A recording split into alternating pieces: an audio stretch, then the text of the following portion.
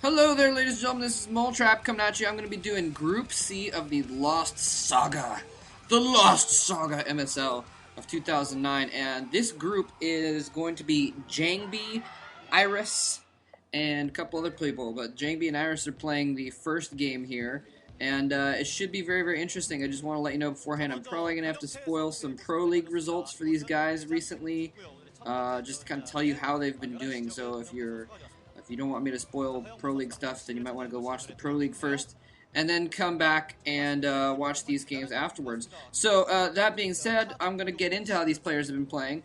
Both players doing decently well. I'm definitely going to give Jangbi the edge right off the bat here, though. Jangbi is just an outstanding player all around. He's been very consistently high caliber in the last few seasons. He has never quite managed to take a title or anything like that, but he's gotten very very far in some star leagues, and definitely extremely strong player. Especially, he's kind of known for his Protoss versus Terran play.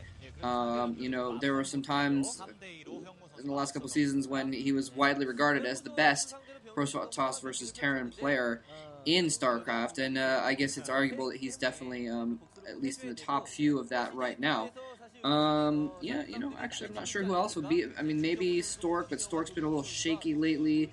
Maybe Bisu, but he's definitely up there. He's definitely arguable, and it's kind of interesting that lately, it's kind of cool that it's been arguable. Sometimes there's a time when there's definitely like the best Protoss ever, and there's only one of them. But now it's like really cool that there's actually, you never know what's going to happen. You never know who's going to like win the Star Leagues because there's so many strong players around that they're about evenly matched. But yeah, Iris has been doing decently well in the Pro League lately. Actually, coming off of a three-game win streak, he beat out three of players on the Woongjin Stars, Hombit Stars, by the way, if you haven't heard, changed their name to the Woongjin Stars, and beat the last three players 0-free and GG play to win that set for CJ. But other than that, Iris he's just kind of mediocre. He used to be one of the top players around, but he's just kind of mediocre now. And let's see if I can figure out what the stats are saying down here. Yeah, the stats are showing that like something like 90% of the viewers think that Jangbi is going to win, and that is really the case here. The viewers are all on top of that, and it looks like Iris trying to set up a little bit of a funny little blockade here with his buildings, so he can get a little stoppage there in case some zealots come in for some harassment. He can walk them in between the buildings and do some micro there so that his marines. But then I don't know. It's kind of weird that it's not next to his base, so the zealots could easily just walk around and go after his SCVs, theoretically. I don't know, it's all up to his micro here. And here comes the zealot, so we're going to see how well Iris's little setup and his micro is going to work against some zealot harassment here. Looks like goon range already being upgraded here. He's going to be able to get a goon on his ramp. Oh, let's see if it's not his ramp. Oh, is he going to stop the scout? Actually, well, it doesn't matter terribly because he's going to be able to kill off that SCV before too long, probably. I think the SCV is probably dead already. If not, it might be walking around a little bit. Oh, Marines need to run away. And here comes the micro, and the zealot just runs off.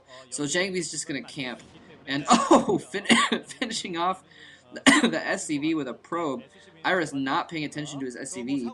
Maybe he assumed it was going to die when the Dragoon went after it and just ran off. But it looks like Jangbi's going to get a little bit of a containment going here on Iris's base. Camping some units at the top of the ramp, but Iris is going straight for two factories here, and this is going to be really difficult for him to accomplish. So it's going to be difficult for him to pull off. He's not marking his Marines very well, just getting him killed off, completely slaughtered here. I guess he wants to try and get as much firepower in as he can, but absolutely getting destroyed. No micro at all from Iris. Iris not microing his Marines at all there. I mean, like, maybe a slight bit of micro, but just... And it looks like goon range might be upgraded right now. That could have just been a fluke of the Marine moving away from that Dragoon, though, as far as how far it went. And now, I don't know why he's not killing off... What is he doing with his Dragoons? Why is he not just going and killing off those Marines? That's really strange. I guess he wants to try and take out that depot so that no more units can be produced out of that factory. But the tank pops out, and now there's Marines as well. What is Jangbi doing? Maybe, you know what? He probably camped his Dragoons right there. And then he was back at his base doing his build. and doing his macro and that sort of thing. That's probably why he wasn't paying attention. But that's really a little bit. I don't know. He should have been able to do some micro there and kill off those Marines and kill off that tank as well. He could have easily killed off that tank when it popped out. And now, instead, Iris actually has a decent force that he's managed to build up the last minute or so. And oh, the tank almost gets sniped, but the vultures are coming out, able to light on mines. This is really, I don't know why he didn't go in with those dragoons and do a little bit more damage. The mine laid down. Oh, he picks it off. Nice micro there by Jangbi. But now he's been pushed out of, oh man, that tank came so close to dying as well. If Jang been able to take out that tank, one more hit on that tank, I think, would have killed it off. Would have made a huge difference. But now, Iris has been able to take his ramp and push back up it, and maybe that's what he had intended all along. I'm not surprised he went for the 2 factory push, though.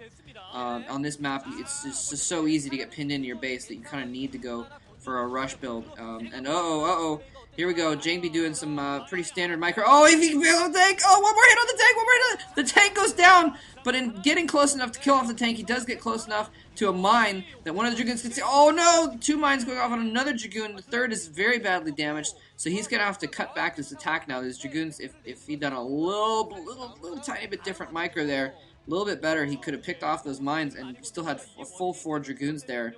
But now he's going to be in danger of a counterattack by some vultures, and I think that might be what we see on the minimap moving over that direction. Yeah, there's some speed vultures going to try and pick off some run in and pick off some probes, but it's not going to work. And now a starport going down. It's an interesting place for it. It's kind of in the front of his base, which is a strange place. It's going to make it easy to spot, but I don't know. That's kind of weird. But and Jangbi also putting his robotic support bay in front of his base, so that there can be no question in Iris's mind what tech he's going for.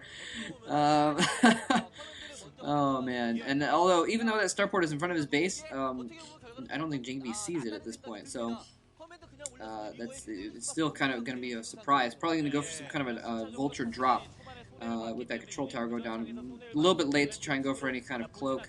What have you, especially with he knows the robo's up, and there's dragoons already around, so it's, yeah, I mean, cloak raids.